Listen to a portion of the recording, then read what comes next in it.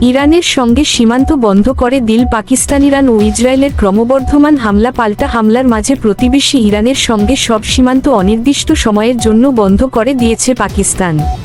সোমবার পাকিস্তানের প্রাদেশিক কর্মকর্তারা ইরানের সঙ্গে সীমান্ত বন্ধ করে দেওয়ার এই তথ্য জানিয়েছেন।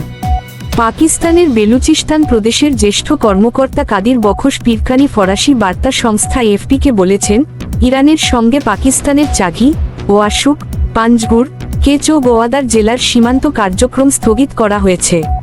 চাঘি জেলার সীমান্ত চৌকির কর্মকর্তা আত্তাউল মুনিম বলেছেন, পরবর্তী নির্দেশ না দেওয়া পর্যন্ত ইরানে প্রবেশ স্থগিত করা হয়েছে। তবে সীমান্তে বাণিজ্যিক কার্যক্রমে কোনো নিষেধাজ্ঞা নেই এবং ইরানে অবস্থানরত পাকিস্তানি নাগরিকরা প্রয়োজনে দেশে ফিরতে পারবেন বলে জানিয়েছেন তিনি।